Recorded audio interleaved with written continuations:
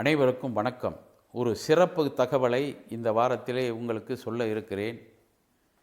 பலருக்கு குழப்பம் தீர்ந்திருக்கிறது, சிலருக்கு இன்னும் குழப்பம் தீராமல் இருக்கிறது. பொதுவாக விரதங்களை பற்றித்தான் நான் சொல்ல வர்றேன். அதில் குறிப்பாக பைரவ அஷ்டமி என்ற விரதம் இந்த வாரம் 21/2/2025 வருகிறது. ஆனால் பைரவ அஷ்டமி என்பது 21ஆம் தேதி வருகிறது என்று நான் சொல்லியிருக்கிறேன். ஆலயங்களிலெல்லாம் பெரும்பாலும் அது கொண்டாடப்படக்கூடிய ஒரு நிகழ்ச்சி. ஆனால் நம்மிடம் ஒரு அன்பர் கேள்வி கேட்டு இருக்கிறார். பைரவ அஷ்டமி காலையிலிருந்து நண்பகல் 3 மணி வரை, 4 மணி வரை, 5 மணி வரை, 6 மணி வரை கூட இருக்கிறதே, ஏன் அந்த அஷ்டமி நேரத்தில் பைரவரை வழிபடாமல் அதற்கு முதல் நாள் நீங்கள் வழிபட சொல்லி கொடுக்கிறீர்கள் என்று கேட்கிறார்கள். இதற்கு என்ன காரணம் என்று கேட்டால், அஷ்டமி வழிபாடு என்பது நடு இரவில்தான் இன்றும் மயிலாடுதுறை என்று சொல்லக்கூடிய இடத்திலே நடைபெறுகிறது, சீர்காழி என்று சொல்லக்கூடிய இடத்திலும் நடைபெறுகிறது. பைரவரை வழிபடக்கூடிய ஒரு நேரம் என்பது இரவு 9:30 மணிக்கு மேல்தான் இருக்கிறது என்பதை தெரிந்து கொள்ள வேண்டும். இது முதல் நாள் மாலை 6 மணிக்கு ஆரம்பித்தாலும் நள்ளிரவில் இருக்கிறது.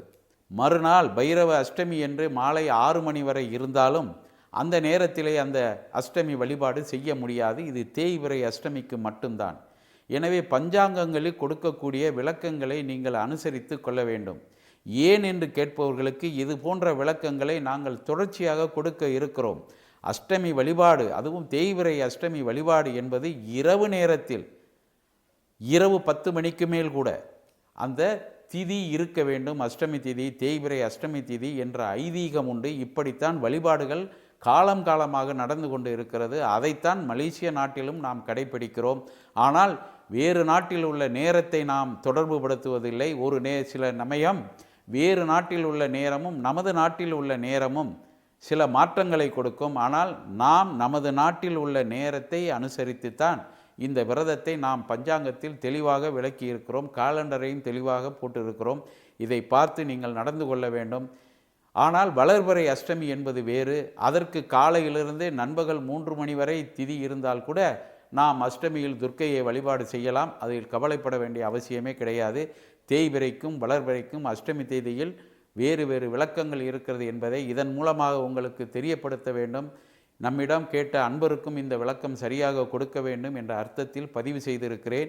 இது போன்ற பதிவுகளை தொடர்ந்து நீங்கள் பார்க்க வேண்டும் என்றால் இந்த யூடியூப் சேனல் என்று சொல்லக்கூடிய மைஃபேம் என்று இருக்கிறதல்லவா, அதிலே வரக்கூடிய வார ராசி பலன் நிகழ்ச்சியை தொடர்ச்சியாக பார்த்து கொண்டு வாருங்கள். நிறைய தகவல்களை உங்களிடம் பகிர்ந்து கொள்ள இருக்கிறேன்.